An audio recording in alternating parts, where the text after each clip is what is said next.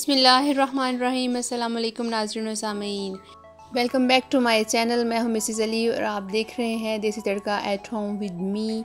आज मैं आपके साथ बटर चिकन की रेसिपी शेयर करूंगी। बहुत मज़े का और बहुत यमी ये बटर चिकन बनता है। आप इसको ज़रूर बनाइएगा, इंशाल्लाह ये वैसा ही होगा जैसे आप रेस्टोरेंट्स में जाकर खाते हैं। आप इसको दावत में भी बनाइएगा। जब आप किसी की दावत करते हैं तो कुछ समझ में नहीं आता कि कौन सी ऐसी डिश बनाई जाए जो कि सबको बहुत पसंद आए। तो आप ये रेसिपी ज़रूर ट्राई कीजिएगा, इंशाल्लाह सबको बहुत पसंद आएगी। तो ये रेसिपी किस तरह से बनती है और कौन कौन सी चीज़ें इसमें जाती हैं, इसको जानने के लिए मेरी वीडियो एंड तक ज़रूर देखें ताकि हर चीज़ आपको सही समझ में आ जाए। तो चलें फिर स्टार्ट करते हैं।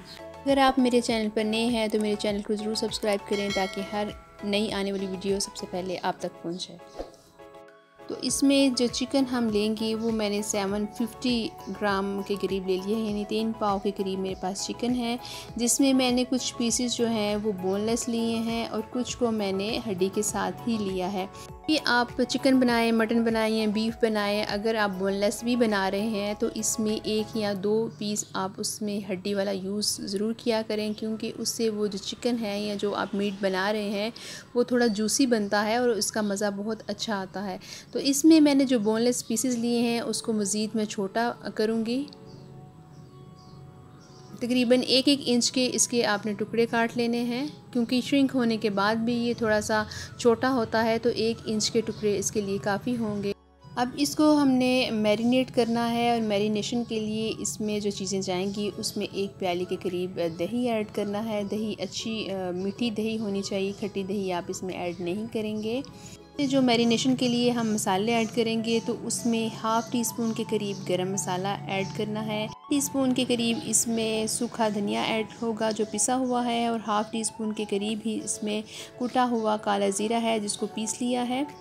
1 टीस्पून इसमें नमक जाएगा और 1 टीस्पून ही इसमें सुरख मिर्च आप ऐड करेंगे, और हाफ़ टी स्पून के करीब मेरे पास हल्दी है वो भी हम इसमें ऐड करेंगे। ये तमाम चीज़ें मैरिनेशन में जाएंगी और इसको हमने इन मसालों को अच्छे से मिक्स कर लेना है। हल्दी से इसका कलर बड़ा अच्छा आएगा। अगर आप चाहें तो इसमें ज़र्दा कलर भी डाल सकते हैं। साथ मैंने 1 टीस्पून के करीब इसमें सिरका ऐड किया है।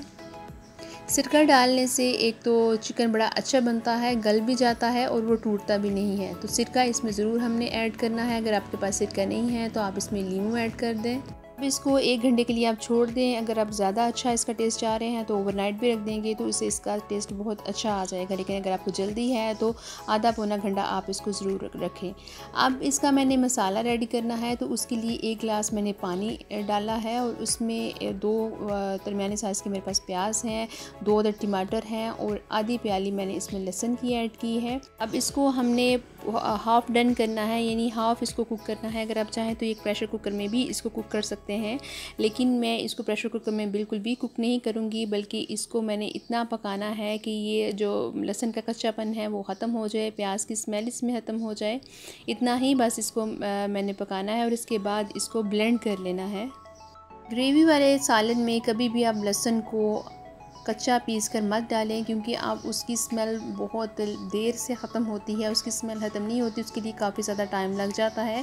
तो आप हमेशा प्याज को, लहसुन को इस तरह से पहले थोड़ा सा बॉईल कर लें, उसके बाद उसको ब्लेंड करें, या इसको फुली आप उसको कुक करें। कभी भी आप कच्चा लहसुन पीस कर इसमें मत डालें, उससे उसकी स्मेल बहुत बुरी आती है।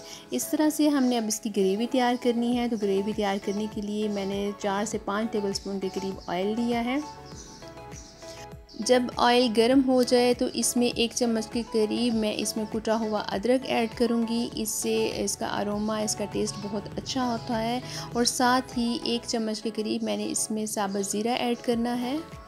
काला साबुत ज़ीरा आप इसमें ऐड करेंगे और इसकी मिक्सिंग करेंगे। इन दोनों को हम अच्छे से ब्राउन करेंगे, अच्छे से इनको पकाएंगे।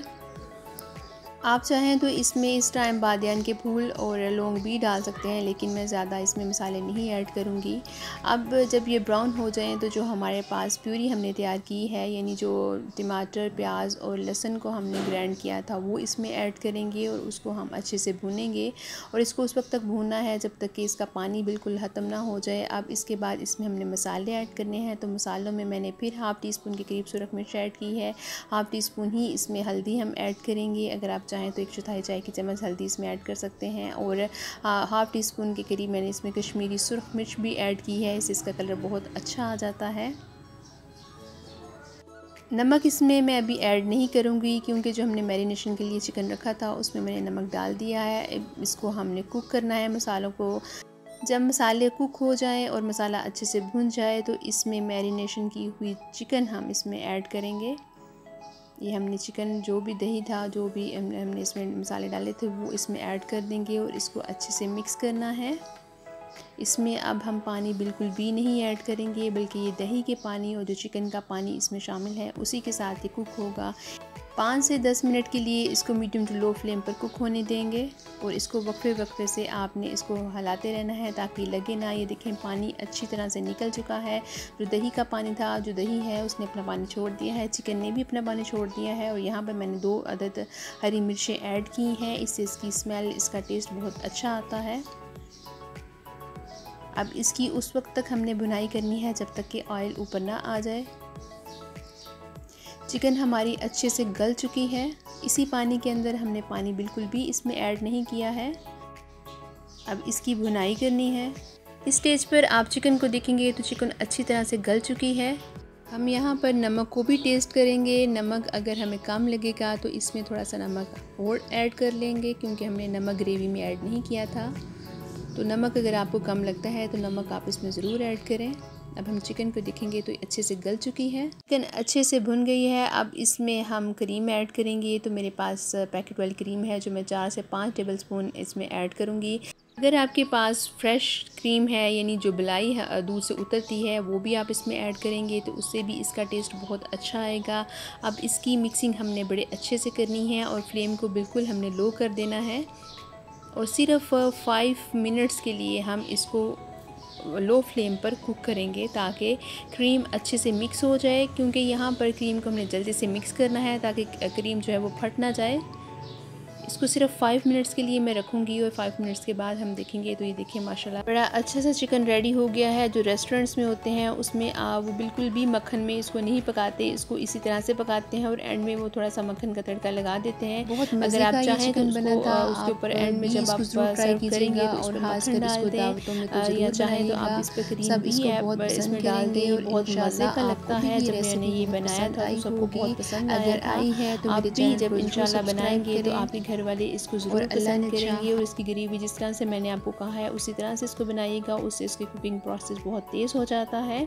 यानी इसको कच्चा बिल्कुल भी आपने नहीं पकाना, थोड़ा सा बॉईल करने के बाद ही इसकी आपने ग्रेवी तैयार करनी है। इन चीज़ों को आपने ज़रूर फॉलो करना है। और इसके ऊपर गार्निशिंग के बाद मैं इसमें थोड़ी सी क्रीम ऐड करूँगी जो मैंने इसमें डाली थी।